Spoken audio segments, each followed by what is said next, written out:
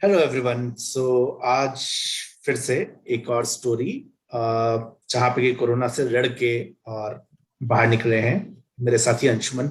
अंशुमन और मैं साथ ही काम करते हैं कि ऑफिस में काम करते हैं और इनफैक्ट एक ही टीम में काम करते हैं। अब थोड़ा सा हमारा रोल दोनों का चेंज हुआ है, तो पिछले 6 महीने से हमारी टीम अलग है, लेकिन यारी दोस्ती वही वाली है। सो अंशुमन के साथ बीच में जब हम लोग बात करते हैं, अंशुमन अंशुमन कोरोना पॉजिटिव हुए और उसके बाद इनका केस काफी कॉम्प्लिकेटेड बीच में हो गया था, लेकिन उसके बावजूद इन्होंने जो है वापस हॉस्पिटल में एडमिट हुए, घर आए। और वो काफी ट्रोमा वाली बातें थी, सिचुएशन थी, तो उसके बारे में बात करेंगे और ठीक कैसे उससे बात करेंगे। लेकिन उससे पहले अंशुमन, वो सब सवाल मैं आपसे पूछूं से पहले, यार मैंने अपनी तरफ से इंट्रो दे दिया, आप अपनी तरफ से अपना कोई इंट्रो देना चाहते हैं तो वो दे दीजिए। ठीक है। थैंक यू नवीन। और सबसे मजेदार मेरा ऑफिस का टाइम भी आप ही के साथ रहा है। अभी वर्क फ्रॉम होम चल रहा है, तो नए यूके बॉस एंड वो सब बॉस चल रहे हैं, दैट्स गुड। बट स्टिल वो ऑफिस के दिन really I am missing those days. ये तो खैर है। प्रोफेशनली मैं अभी मार्केटिंग ऑपरेशन एग्जीक्यूटिव हूँ ऑक्सफोर्ड यूनिवर्सिटी प्रेस में, एंड मार्केटिंग का बंदा हूँ। एंड पर्सनली यहाँ पे मेरी वाइफ है जो अभी 8 मंथ्स प्रेग्नेंट है। मेरे 4 साल का बेटा है और मैं भी अपने इन-लॉज के साथ रहता हूँ। हमारा एक 4th फ्लोर पे अलग ही सेपरेट घर है, वहाँ पे हम लोग रहते हैं एंड 3rd फ्लोर पे वो लोग रहते हैं, और इस तरह से पूरा घर यहाँ पे सेटअप है। So that's okay, intro that I need. तो अंशुमन एक बात बताओ यार, अभी ऑफिस बंद हो गया, हम लोग घर से काम कर रहे हैं, तो ये, और चूंकि आप भी फैमिली के साथ ही हैं, तो ऐसा भी नहीं है कि बहुत, और फैमिली में भी आप बता रहे हो कि अलग अलग फ्लोर्स हैं आपके, तो उस केस में ये इन्फेक्शन कैसे आया? मतलब कोई कोई आइडिया है कि किस तरह से हुआ होगा?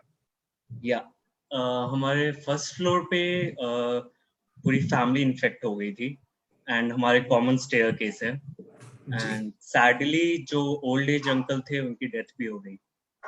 एंड सो कॉमन स्टेयर्स की वजह से जहां तक हम लोगों ने मतलब चेक कर पाए कि वही रीजन हो सकता है कि हम लोग इफेक्ट हो सके, क्योंकि ओके। पूरे मतलब मेरे इन लॉज और मेरे फैमिली हम में से सिर्फ मैं ही जाता था बाहर, और कोई जाता अच्छा। नहीं था सामान लेने के लिए, हम्म।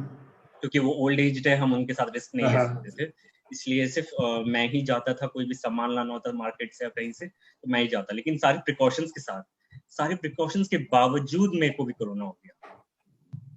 तो ये सो मतलब अभी दैट्स इम्पोर्टेंट। एयरबॉर्न है, जो मैं भी समझ पा रहा हूँ, जो सेकंड वेव आया है ये एयरबॉर्न है बहुत, तो इससे जब तक एग्जैक्टली, मजबूरी ही ना हो, ना निकला जाए, ये ध्यान रखा जाए। Exactly, exactly. अब प्लीज ज्यादा से ज्यादा ऑनलाइन ऑर्डर करें। घर पे सामान आता है तो आप इजीली सैनिटाइज कर सकते हैं। अब बाहर से सामान लाएंगे, हाथ पे लगेगा, आपके कपड़ों पे लगेगा।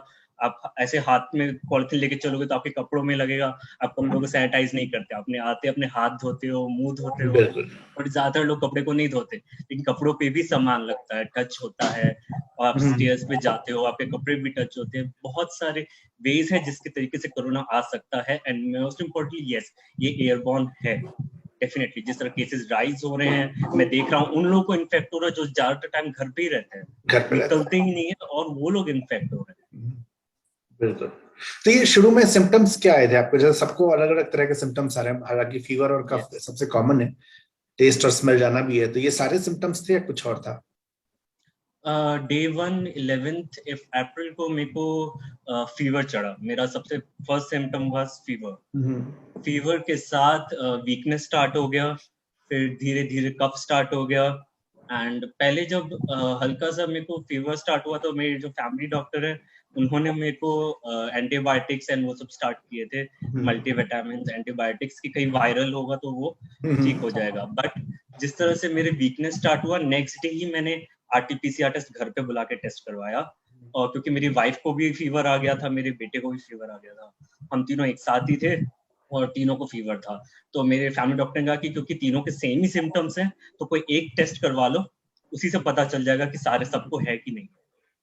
तो मैंने भी यही कराया, मेरा पॉजिटिव आ गया। तो हम अब डिसाइड करना था हम लोग अलग अलग रहे या साथ रहे। तो फैमिली डॉक्टर ने कहा नहीं, आप लोग साथ रहो, साथ रहोगे तो जल्दी रिकवर करोगे, आप लोग को सपोर्ट मिलेगा एक साथ का। आप लोग अगर आप अकेले हो जाओगे तो उस तरह से आप मेंटली भी हाँ। स्ट्रांग नहीं रह पाओगे। तो हम लोग बिल्कुल। साथ रहे, साथ हम लोगों ने रिकवरी स्टार्ट की। हाँ हाँ। तो उसके बाद मतलब आइसोलेशन पूरा रहा, नीचे जो आपके फ्लोर पे फादर इन लॉ है, उन फैमिली से बिल्कुल आपने डिस्कनेक्ट रखा, कोई आना जाना नहीं? नहीं, वो बिल्कुल लोग हमें खाना प्रोवाइड करते थे, बट वो अगेन स्टेयरकेस पे रख देते थे, फिर मैं जाके स्टेयरकेस से लेके आता था, लेके आए, प्रॉपर हाँ, स्प्रे, सैनिटाइज, एवरीथिंग, स्टेयर्स को सैनिटाइज किया जाता था, करते रहे। ताकि हमारा जो वायरस है वो हमारे अंदर तक ही, यहीं तक ही हम्म। कंटेन रहे। अच्छा, ये यार बीच में जो है, क्योंकि हम लोग औरों की बात छोड़े तो हम लोग तो चूंकि एक टीम का हिस्सा रहे, हम लोग बहुत रेगुलर टच में थे, और मुझे ये पता है कि सिचुएशन आपके बीच में बहुत क्रिटिकल हो गई थी। ऑक्सीजन लेवल गिर गया था, हॉस्पिटल उस टाइम नहीं मिल रहा था, समहाउ बड़ी मुश्किल से हॉस्पिटल मिला। लेकिन उसमें इंटरेस्टिंग चीज ये है कि हॉस्पिटल में जाने के बाद आप हॉस्पिटल छोड़ के भाग गए। बोले कि यार इस हॉस्पिटल में रहूंगा तो मैं नहीं जीऊंगा। या अंशुमन का कहना था कि मुझे बचना है तो हॉस्पिटल में जाके मैं सोच रहा था बचूंगा, लेकिन मुझे हॉस्पिटल से बाहर रह के मैं बच पाऊंगा। ये क्या हुआ था, ये सारा सीन क्या था? 18 अप्रैल को एक्चुअली जब 7th और 9th डे ज्यादातर कॉमनली जो लोगों को दिक्कतें स्टार्ट होती है 9th डे से स्टार्ट होती है। मेरा भी वही हुआ, 9th डे से मेरे कफ इतने ज्यादा स्ट्रांग हो गए थे कि मेरे चेस्ट में पेन होने लगता था जैसे मैं कफ या ड्राई कफ करता था। तो उसके बाद मैं रात में सो नहीं पाता था, अगर मैं कोई भी टर्न लेता या फ्लैट लेटता तो मेरा ड्राई कफ इतना तेज हो जाता कि मैं उठ के बैठ जाता था, मेरा बेटा तक उठ जाता, मेरी वाइफ सब डिस्टर्ब रहे। क्योंकि टचवुड ये अच्छा रहा कि मेरी वाइफ और बेटे को बहुत माइल्ड सिम्टम्स रहे, उनको इतने ज्यादा सिम्टम्स नहीं आया। फैमिली डॉक्टर ने भी कहा कि बच्चों को इतना ज्यादा नहीं होता और प्रेग्नेंट लेडीज को भी उतना नहीं होता, लेकिन मेरे साथ इतना ज्यादा बढ़ गया था कि मैं सो नहीं पा रहा था, दिक्कत ही इतनी ज्यादा बढ़ गई थी। फिर उसके बाद 18th तक मेरा ऐसे ही चला, स्टीम ले लेके, एंड प्रोन पोजीशन सबके लिए बहुत जरूरी है। प्रोन पोजीशन जाना, पेट के बल लेके, पेट के बल, फेस स्ट्रेट, उससे क्या होता है आपका चेस्ट एक्सपैंड होता है, ज्यादा आपका ड्राई कफ जो है वो थोड़ा सा डाउन हो जाता है। मुझे जो 1-2 घंटे की नींद आती थी वो प्रोन पोजीशन की वजह से ही आती थी, लेकिन वो भी ज्यादा देर नहीं चल पाई। और 18 अप्रैल को मेरा ऑक्सीजन लेवल 90 पहुंच गया, एंड फिर धीरे धीरे मैंने चेक किया तो वो और डाउन जाने लग गया, 85 तक जाने लग गया, उससे नीचे। तो उसके बाद मैंने चेक ही नहीं कर पाया, मेरी हिम्मत ही नहीं हुई कि मैं उससे नीचे चेक कर पाऊँ। लेकिन ये था कि मेरे को जल्दी बेड चाहिए था, मेरे फैमिली डॉक्टर ने तुरंत बोला you need a bed, immediately you to go to hospital. तो उसके बाद मेरे पापा के काफी सारे कॉन्टैक्ट्स थे, तो उनमें से कॉन्टैक्ट्स की हेल्प से मुझे एक बेड मिला, दीनदयाल उपाध्याय हॉस्पिटल, जो एक सरकारी अस्पताल है घर के पास ही। तो वहां पे मैं तुरंत ही, वहां पे मुझे बोला गया जाने के लिए, तो मैं तुरंत वहां पे पहुंच गया।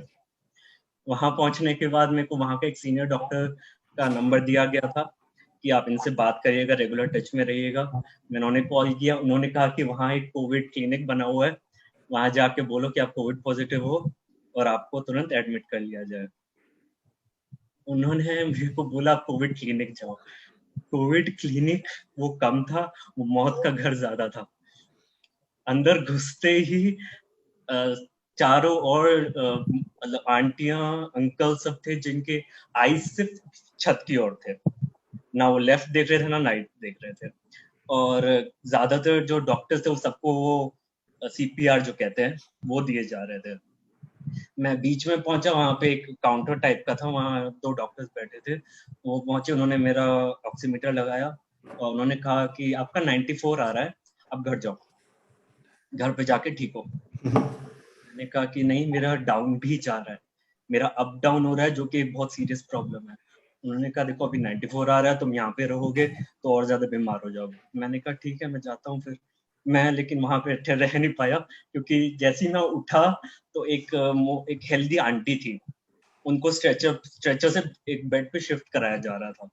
तो वो हेल्दी थी, तो जैसे ही उनको उठाया वो स्ट्रेचर ही पूरा नीचे दब गया, वो आंटी गिर गई। और उसके बाद 2 लोगों ने उनको ऐसे उठा के बेड पे किया, दैट वाज सही में मेरे लिए बहुत ट्रॉमेटिक वो है, अभी तक रात को मेरे को ड्रीम्स आते हैं उस सीन के। उसके बाद मैं बाहर गया, बाहर जाके मैं धूप में बैठ गया। मैंने कहा कि अगर कोई कोविड वायरस वायरस कुछ भी होगा, हो सकता है, मैंने क्योंकि कई बार पढ़ा है कि ज्यादा टेम्परेचर में रहते नहीं, लेकिन वो भी मेरा एक बैड डिसीजन था, क्योंकि उसकी वजह से मेरे को सनस्ट्रोक हो गया, मेरे सर में इतना गंदा दर्द आने लग गया कि मैं क्या करूं। लेकिन उसके बाद मैंने अगेन वो सीनियर डॉक्टर को कॉल किया, मैंने कहा कि भाई ऐसे ऐसे है, तो उन्होंने कहा नहीं तुम ना मेन ट्रॉमा सेंटर चले जाओ। मैंने कहा ठीक है भाई, वहां भी जाते हैं। मेन ट्रॉमा सेंटर, मेरे को इतना गुस्सा है उन पे, मैंने कहा आपने पहले क्यों नहीं बोला, वो पूरा खाली था, वहां कोई नहीं था। और वो मेन ट्रॉमा सेंटर भी कोविड जोन बना हुआ था, तो उन्होंने मुझे वहां पे लेटाया, मैंने उनकी बात करवाई मेन डॉक्टर से, उन्होंने फिर मेरे को एक इंजेक्शन दिया, पता नहीं कौन सा, ऑक्सीजन मास्क लगाया, ऑक्सीजन सिलेंडर स्टार्ट किया। फिर उन्होंने बोला कि आप ना एक काम करो, रूम नंबर 105 में चले जाओ। मैंने कहा ठीक है, रूम नंबर 105 में गया।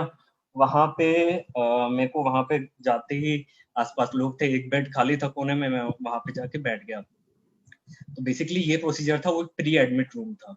प्री एडमिट रूम से फिर आपको मेन रूम में शिफ्ट किया जाता है। प्री एडमिट रूम में आपकी कंडीशन चेक करी जाती है, सीरियस होता है क्या होता है, फिर आपको एडमिट किया जाता है। तो सुबह से 11-12 बजे मैं वहां पे पहुंच गया था प्री एडमिट रूम में। तो वहां पे फिर लोग आते गए जाते गए, आते गए जाते गए। तो सुबह से शाम हो गई, मैंने कहा मेरे को प्यास लग रही है, एक बोतल कोई दे दो, पर वहाँ कोई बंदा नहीं। मेरे को भूख लग रही थी, मैंने कहा कि कोई खाना दे दो, कोई कुछ नहीं। सुबह से लेके शाम तक मैं भूखा ही रहा वहां पे, और प्री एडमिट रूम में ही रहा, मुझे कोई रूम में नहीं शिफ्ट किया गया। शाम में जाके आया कि सर आपको एक अटेंडेंट चाहिए। मैंने कहा कि मैं अटेंडेंट क्यों लेके आऊं भाई, यहाँ तो कोविड का पूरा फैला हुआ है। नहीं, आपको अटेंडेंट चाहिए तभी आपका एडमिशन होगा। And I was suppose to be a VIP patient, क्योंकि मैं कॉन्टैक्ट्स के थ्रू आया था, और ऐसा वैसा कॉन्टैक्ट नहीं था, it was MLA contact, but still. So मैं वहां पे ठीक है, तो फिर तभी मेरे को मेरे फादर का कॉल आया कि वो आ गए हैं गांव से। तो वो आ गए फिर वहां पे एडमिट कराने के लिए। लेकिन वहां का सीन ऐसा था कि उस प्री एडमिट रूम में भी लोग सब आ रहे थे एंड दे वर डाइंग। और डाइंग इस वजह से कि डॉक्टर्स नहीं आ पा रहे थे उनको देखने के लिए।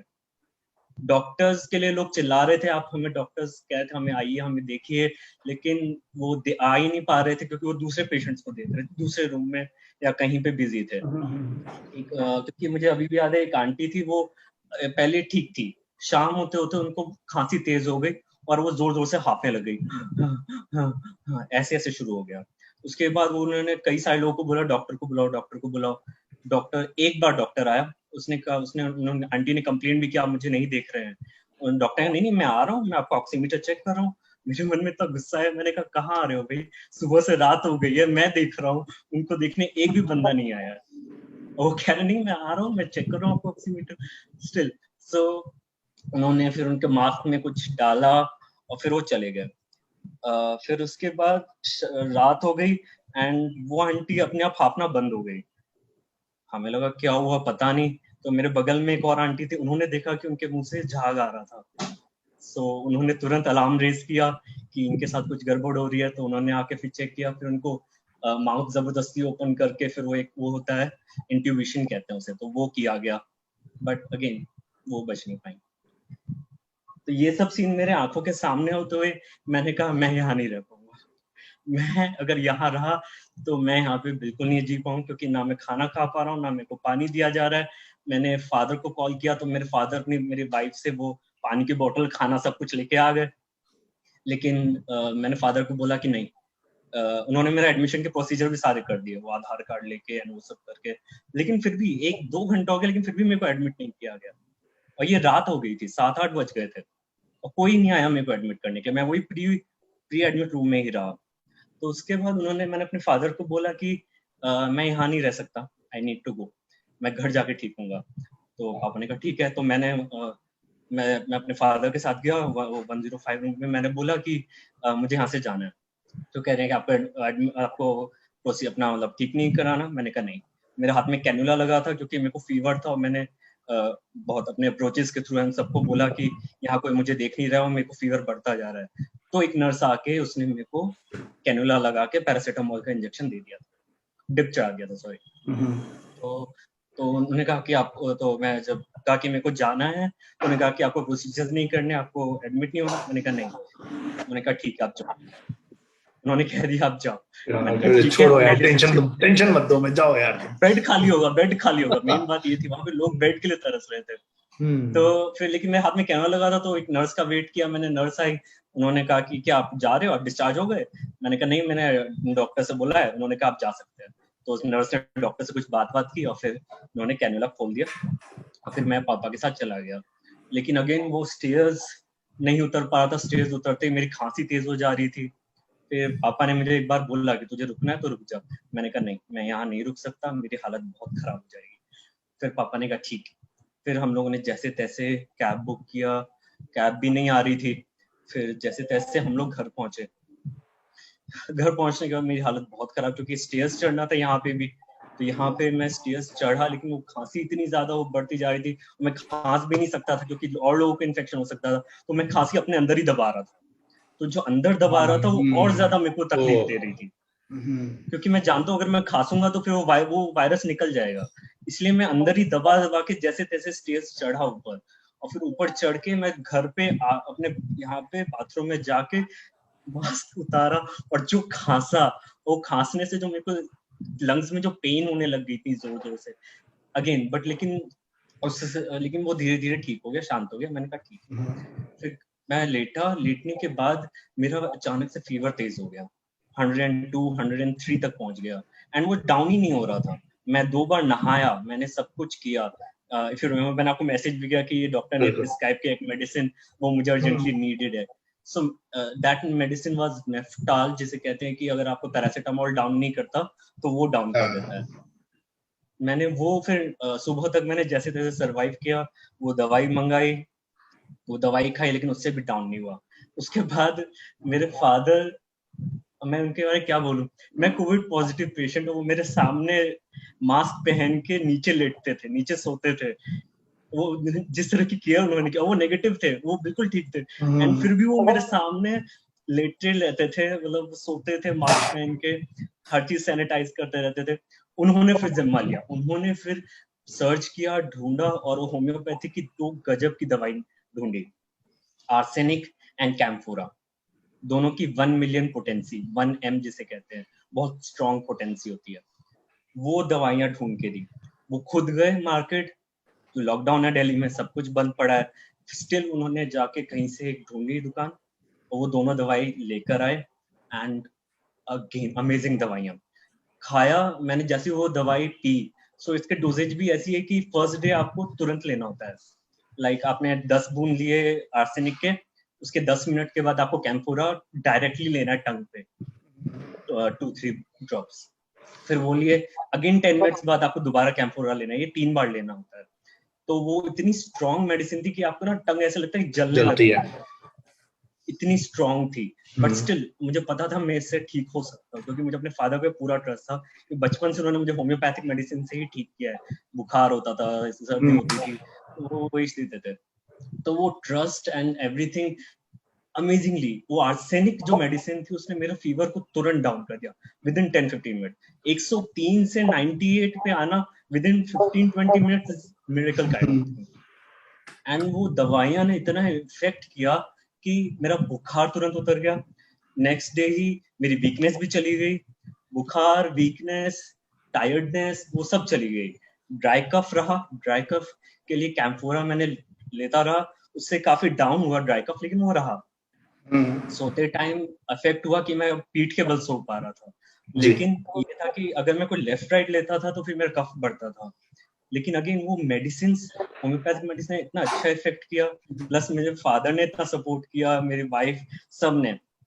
सो ये सब सपोर्ट एंड वो मेडिसिन के इतना अच्छा इफेक्ट पड़ा कि अब मैं फिर ठीक होने लग गया।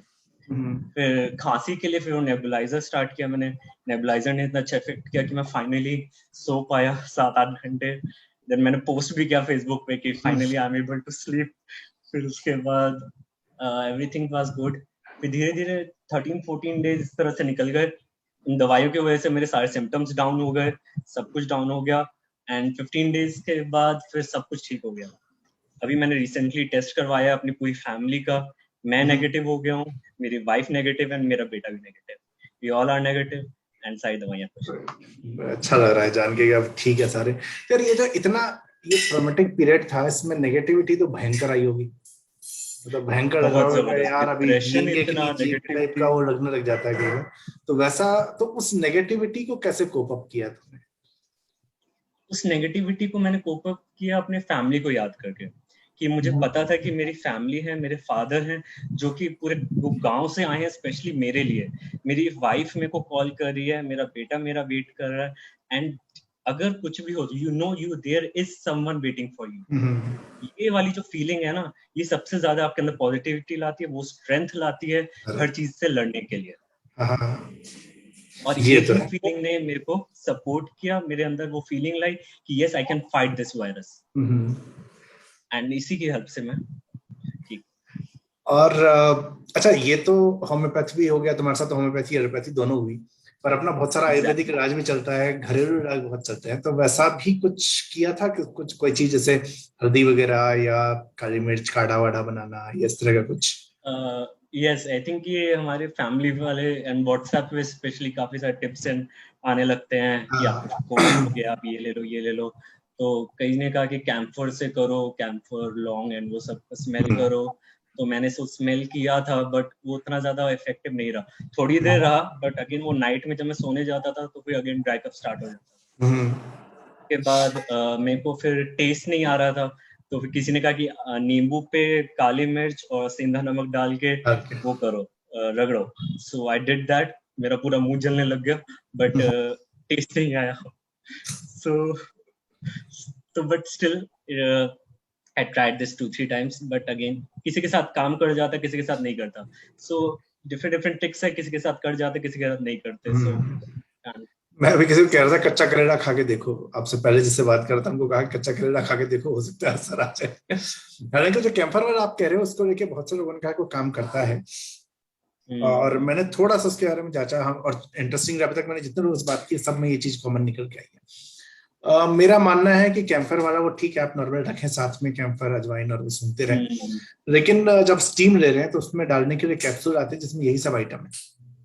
यस एग्जैक्टली कैप्सूल आती है, उसको पानी, गर्म पानी में डाल के स्टीम लीजिए, तो मुझे लग रहा है कि वो ज्यादा इफेक्टिव है, क्योंकि जब आप स्टीम ले रहे हैं तो आप इनहेल करते हैं प्रॉपर अंदर, और वो जो है वो दवाई जो है ज्यादा अंदर तक आपके जा रही है और लंग्स को ज्यादा इम्पैक्ट करेगी। बाकी स्टीम आप हमेशा नहीं ले पाएंगे, आप 4 दिन में 2-3 बार, 3 बार लेंगे, मेरे को 4 बार याद है लेंगे आई बार। थिंक सेवेंथ नहीं, जब मेरे को डे 1 से था तो डे 3 और 4 को जब मेरा ड्राई कफ स्टार्ट हुआ था, मेरी वाइफ ने यही किया था, नीचे स्टीमर रख दिया था, स्टीम आता था, मेरी हाइट, हमारा बेड थोड़ा सा ऊंचा है, तो वो हल्का हल्का आता था मेरे नाक में, एंड उसी की बदौलत मैं सो पा रहा था। अगर मेरे को 1-2 घंटा भी नींद आती थी प्रोन पोजीशन में, तो वो स्टीमर जो आता था उसकी हेल्प से वो मैं सो भी पाता था। बट स्टीम खत्म हो गया, फिर वो जलने लग गया, आवाज आने लग गई, तो क्योंकि हम सब सो जाते थे, पानी खत्म हो जाता था स्टीमर में, तो फिर हमें वो सब जल्दी जल्दी बंद करना पड़ता था। ओके, सो आखिरी चीज, अब आप ठीक हो गए हैं और इस सारे से जा गुजर चुके हैं, तो जो लोग अभी इन्फेक्टेड हैं उनको आप क्या मैसेज दोगे, और जो लोग इन्फेक्टेड नहीं हैं उनके लिए भी क्या मैसेज है, क्योंकि आप उस कष्ट से गुजर चुके हैं, जरा उनको भी बताएं कि भैया उनको क्या करना है। जो लोग इन्फेक्टेड है उनके लिए अगेन वही बात, stay strong, there are your family members जिनके लिए you have to be strong. अगर एवरीवेयर आपको नेगेटिविटी मिलेगी, आपके अंदर ही नेगेटिविटी आएगी कि वायरस आ गया है, इन्फेक्टेड हो गया हूँ, क्या करूं, but again you have to fight it. दवाइयां जो डॉक्टर्स दे रहे हैं वो टाइम पे लीजिए, हो सके तो होम्योपैथी स्टार्ट करिए, होम्योपैथी ने क्योंकि मैंने 2-3 लोगों को और रिकमेंड किया एंड वो भी ठीक हो गए इससे। तो start with this homeopathic medicine and stay strong.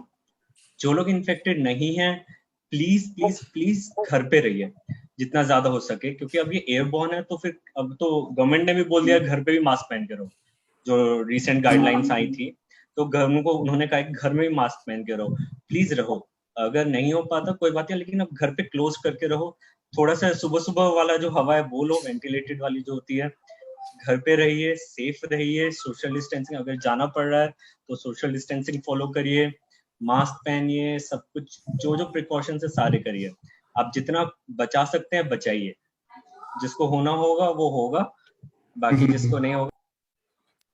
बिल्कुल, ये तो यस है कि आपको यस सभी लोगों को जो मैसेज अंशुमन दे रहे हैं यही सबसे जरूरी है, क्योंकि जो कष्ट है, आपने कष्ट जो, अगर आप बाकी वीडियोस भी देखें या अंशुमन की बात आपने सुनी, जो कष्ट है ना, उस कष्ट से बचने का एक ही तरीका है, वो ये है कि हम सुरक्षित रहें, और कोई तरीका नहीं है।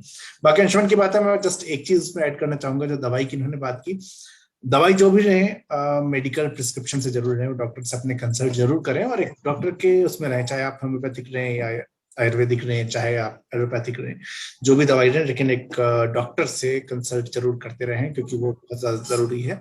सेकेंड स्टेज में हम ये देख रहे हैं कि बहुत तेजी से चीजें जो है वो चेंज हो रही हैं, लेकिन बहुत तेजी से लोग ठीक भी हो रहे हैं, ये एक अच्छी चीज है हमारे साथ। यस, तो घर में रहिए, सुरक्षित रहिए, एंड थैंक यू अंशुमन जुड़ने के लिए और अपना एक्सपीरियंस शेयर करने के लिए।